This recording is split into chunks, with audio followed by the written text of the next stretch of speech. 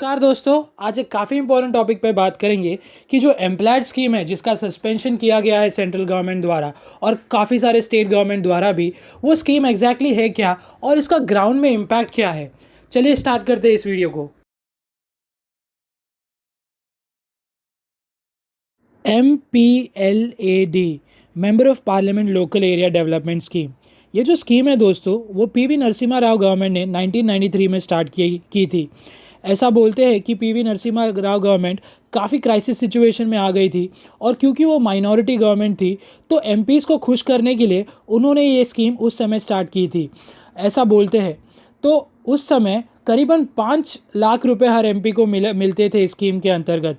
अभी वो अमाउंट 5 करोड़ हो गई है दोस्तों। तो इनिशियल जो इम्प्लीमेंटेशन है इस स्कीम का, वो मिनिस्ट्री ऑफ रूरल डेवलपमेंट देखती थी, बट अभी को ministry of statistics and programme implementation इस स्कीम का इम्प्लीमेंटेशन करती है दोस्तों।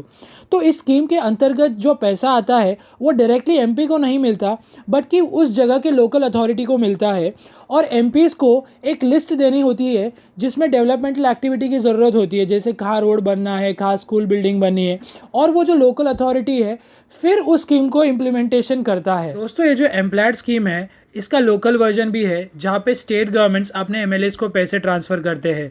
तो ये जो पैसे ट्रांसफ़र होते हैं वो डिफरेंट स्टेट गवर्नमेंट के लिए डिफरेंट है। जैसे दिल्ली में करीबन 10 करोड़ भी ट्रांसफ़र किए जाते हैं, महाराष्ट्र में 2 करोड़, कर्नाटका में भी ये अमाउंट करीबन 2 करोड़ के आसपास है।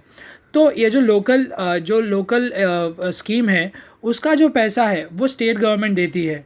दोस्तों, एक और बात जो आपको याद रखनी है और जो काफ़ी इम्पॉर्टेंट है वो है कि ये जो पैसा है, जो एम्प्लॉयड स्कीम के अंदर जो पैसा है वो ड्यूरेबल एसेट में ही यूज़ किया जा सकता है।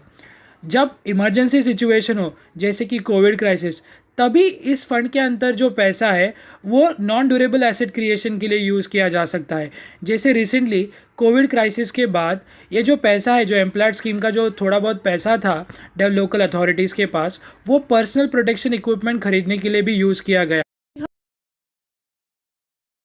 तो रिसेंटली दोस्तों सेंट्रल गवर्नमेंट ने इस स्कीम को सस्पेंड किया है। तो 7,800 करोड़ जो बचेंगे वो पैसा कोविड क्राइसिस से फाइट करने के लिए यूज़ किया जाएगा, ऐसा सेंट्रल गवर्नमेंट ने कहा है। तो सेंट्रल गवर्नमेंट के अनाउंसमेंट के बाद इवन स्टेट गवर्नमेंट ने, काफ़ी सारे स्टेट गवर्नमेंट ने इस स्कीम को सस्पेंड किया है, जैसे UP, महाराष्ट्र और अन्य कई। दोस्तों, अभी हम बात करेंगे इस स्कीम के इम्पैक्ट का। तो दोस्तों 2018 में सेंट्रल गवर्नमेंट ने एक स्टडी की थी जिसमें ये पाया गया कि 2017 तक 45,000 करोड़ स्पेंड किए गए थे इस स्कीम के अंदर और 82% of this money was spent in rural areas. मतलब जो मेजर पोर्शन था एम्प्लॉयड स्कीम के अंदर वो रूरल एरिया में स्पेंड किया गया था, जिसके कारण रूरल एरिया में काफ़ी डेवलपमेंटल एक्टिविटीज़ हुई, जैसे कि एजुकेशन के लिए डेवलपमेंटल एक्टिविटीज़, स्कूल्स बिल्ड किए गए, कॉलेजेस बिल्ड किए गए और कम्युनिटी टॉयलेट्स भी बिल्ड किए गए। तो इसका पॉजिटिव इम्पैक्ट भी रहा है कहीं ना कहीं, बट इस स्कीम के काफ़ी सारे क्रिटिसिज्म भी रहे और अभी देखते हैं इसके क्रिटिसिज्म्स क्या है। दोस्तों, इस स्कीम के 2 मेजर क्रिटिसिज्म है। पहला जो क्रिटिसिज्म है वो रिलेटेड है फंक्शनिंग ऑफ MPs से। ये स्कीम की वजह से काफ़ी सारे लोगों का ये मानना है कि MPs का ध्यान भटक रहा है, उनका ध्यान लॉ मेकिंग की तरफ नहीं बल्कि एग्जीक्यूटिव फंक्शनिंग की तरफ जा रहा है, जो हमारी कॉन्स्टिट्यूशन के स्पिरिट को वायलेट करता है। मतलब इससे क्या हो रहा है कि क्योंकि पैसा आ रहा है, MPs लॉ मेकिंग के ऊपर ध्यान नहीं दे रहे बल्कि एसेट क्रिएशन पे ध्यान दे रहे, जो उनका मेन फंक्शन नहीं है। जो दूसरा मेजर क्रिटिसिज्म है दोस्तों इस स्कीम का, वो है एलिगेशन ऑफ करप्शन। मतलब इस स्कीम में काफ़ी ज़्यादा करप्शन होता है, ऐसा लोगों का मानना है। इनफैक्ट जो सेकेंड ARC रिपोर्ट था उसमें ये मेंशन किया गया था कि एम्प्लॉयड स्कीम को डिसकंटिन्यू करना चाहिए। कैग के रिपोर्ट ने भी ये काफ़ी टाइम हाईलाइट किया है कि एम्प्लॉयड स्कीम में काफ़ी ज़्यादा करप्शन है।